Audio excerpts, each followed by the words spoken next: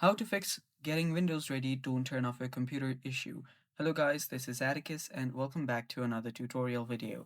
In today's video, I'll teach you guys how you can fix a troubleshooting issue that says getting Windows ready, don't turn off your computer, going on for a long period of time. So without any further ado, let's dive right into it. So this is what the problem looks like.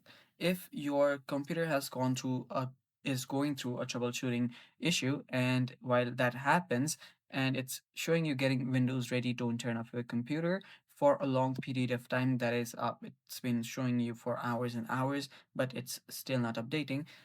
There are a few things that you need to keep in mind. The first is, while that troubleshooting is going on, there can be a lot of different update files, there can be a lot of different installings going on in the background. So it is recommended for you guys to wait for 2 or 3 hours.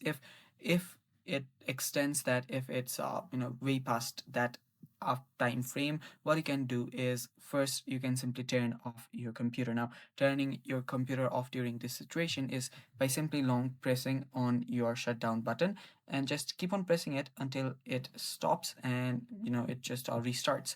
So you can restart your computer like that, and after you restart it, what you can do is you can simply delete any problematic files that you think is problematic or is keeping your processes for a long period of time. Simply delete those files, and after you delete those files, you can simply again do a quick scan for viruses on your computer. You can do that using your any antivirus or any scanner that you have downloaded. It's completely up to you. And after you do that, if you can just get again with troubleshooting again, and that should fix the issue.